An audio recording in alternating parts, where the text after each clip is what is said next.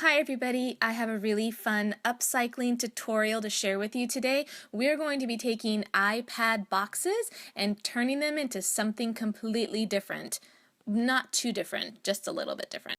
So for this project, you can use any well-made box. Here I have an iPhone box, a box for the iPhone charger, an iPad box, and also a MacBook box.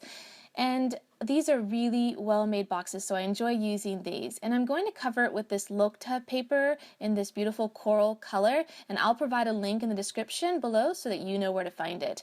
This paper is really great to work with because it's both flexible and strong. You also want some spray adhesive for this project. And if you don't have any spray adhesive, you can use some glue sticks, but you'll need to use several glue sticks in order to do one project.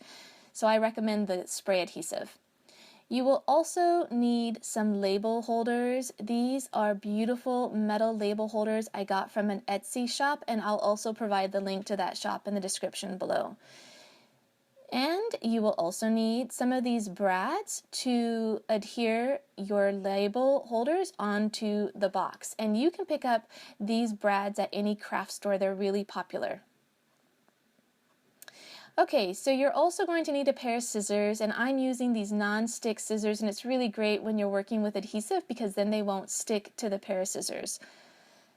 So I definitely recommend those if you've got them. Okay, so I'm going to position my box on this paper and just kind of try to measure off how much I'm going to need. Now I'm trying to be mindful of not using too much paper. This paper runs about $5 a sheet, but I also want to make this really easy to cover. So I'm going to take this outside. I'm going to spray it. You want to make sure you're in a well-ventilated area.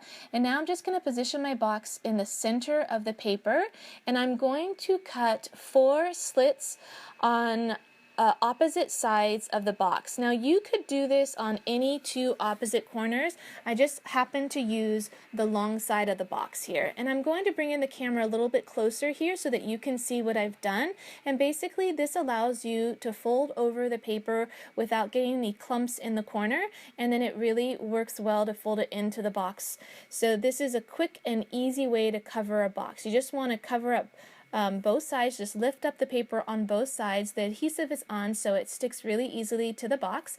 And now you want to take those flaps and fold them into the side of the box. Now here's where you can end up with a little bit of excess paper, and it's not a big deal because this paper is so thin and lightweight. It's not going to add to the bulk of the paper, and you'll still be able to fold it down really easily.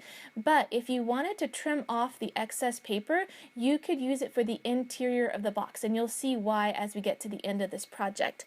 Now you want to just fold up both sides on opposite sides here, and now you just need to trim off the corners. You just want to trim them down so that you can then fold your paper into the box. And working with non-stick scissors here makes it so much easier. Okay, so now you're just going to fold in the paper on opposite sides, and sometimes you can use your nails just to kind of get it all smooth down in the corners. You just want to make sure you don't tear the paper, but at the same time this paper is really forgiving, so even if you get a little tear you can add another piece of paper over it really easily. You can't even tell at all. So here's where I just have to pull up the paper a little bit.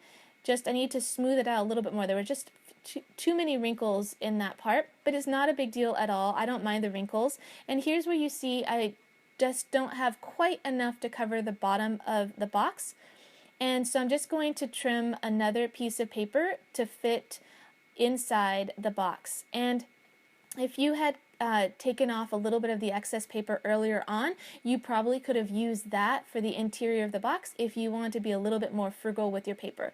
So I'm just making sure that it fits, and I'll take it outside to spray it, and now it's ready to go inside, and it's nice and smooth and just about done.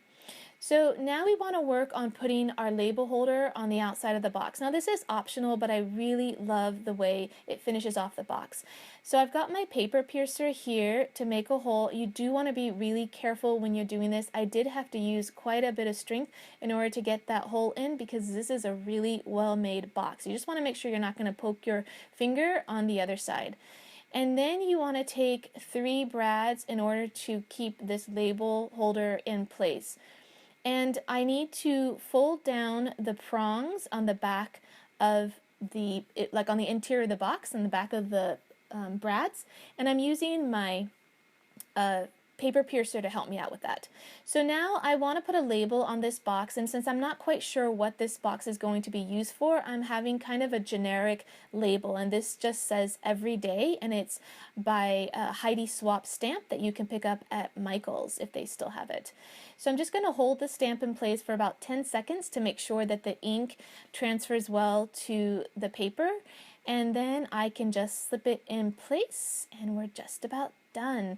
I love making these boxes. If there are boxes hanging around my house for too long, they end up getting covered. So here are some examples of the other projects that I made, and as they become posted, you will be able to see them. So you can click here for some of those tutorials, and as always, you can check out my website at Pepper and Pine for more pictures. Thanks for watching.